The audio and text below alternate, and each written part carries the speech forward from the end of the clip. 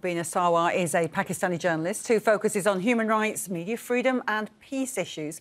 And she joins me now live from Boston. Thanks very much for coming on Al Jazeera to talk about Benazir Bhutto.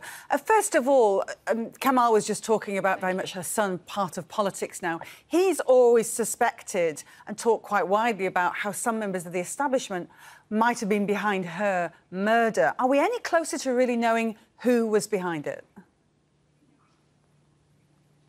Well, there have been a couple of reports out recently by the BBC and by Dawn that go into a lot of detail about who was behind her killing and who were the people behind it and what was this whole system behind it. And it seems to be quite an elaborate setup, which involves the Pakistani Taliban and Al-Qaeda and Osama bin Laden and members of Pakistan's security establishment. So I think that we are a little bit closer. That's what people were suspecting for many years, but these reports really give quite a lot of detailed investigation into this issue. Some of those people that Kamal was talking to in Lakhana obviously very much believe she has an extraordinary legacy. What's your sense? I mean, she was tainted a bit with corruption, certainly while she was ruling as Prime Minister, but do you get a sense that her legacy is much stronger than that kind of taint? Well, you know, there's corruption at every level and in every system in Pakistan, in every establishment in Pakistan, institution in Pakistan. So I don't think if there was any corruption against Benazir, and like the journalist Mohammad Hanif has written about this, that when it comes to the corruption of the Bhuttos and the Pakistan People's Party, journalists had reams and reams of hard evidence. But when it comes to corruption in other establishments or other institutions, that leakage dries up. So corruption is on one side, and of course it's nothing that one would want to support. But there's a lot more to Benazir Bhutto than alleged corruption, and that has to do with her just being her as a woman, as a politician, as somebody who really changed brought a new paradigm into Pakistan, going against the traditional revenge politics kind of situation into she talked about reconciliation rather than revenge, and she talked about restorative justice rather than retributive justice, which is a concept that is really now coming into play around the world as a much more sustainable way of approaching injustice. I think in terms of regional peace, she played a really strong role.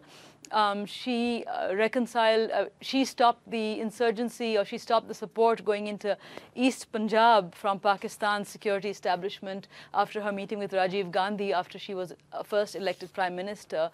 And I think that the forces that were ranged against her, that connived to kill her, have always been against the kind of ideologies that she stands for still, which have to do with democracy, justice, equal rights, inclusivity, tolerance, and like I said earlier, a sort of a more reconciliatory form of justice than retributive.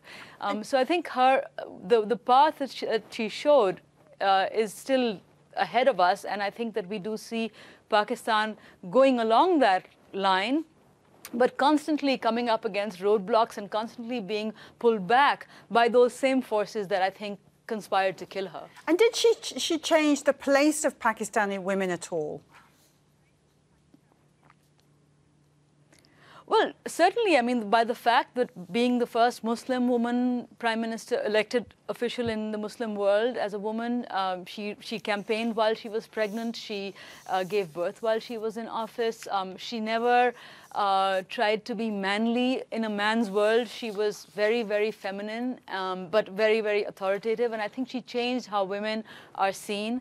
And when she was in power, I felt as a woman in Pakistan a perceptible difference in a sort of sense of freedom, or how I felt in public spaces compared to other times when there's been more, I guess, suffocation, or you feel more vulnerable.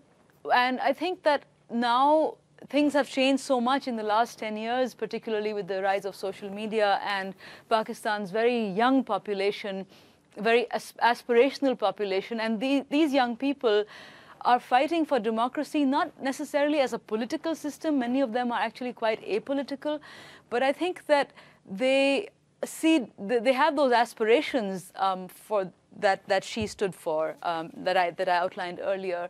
And I think that she really still stands as a beacon of someone to look to, and who, as an inspiration, despite all her weaknesses or all the incompetencies of her government, which I think have to also be measured against what she was ranged up against. Because the first time when she was elected, she was not even allowed to take oath for several days as the Prime Minister until the negotiations back behind the scenes. She couldn't she couldn't oversee defense, foreign policy, and finance. So as a Prime Minister, she was coming in with her hands tied. Thank you so much, but Beena she Sarwar. took that opportunity, which may, yeah. Thank you very much. Thank you very much for enlightening us on all Thank of you. that about Benazir Bhutto. Thank you.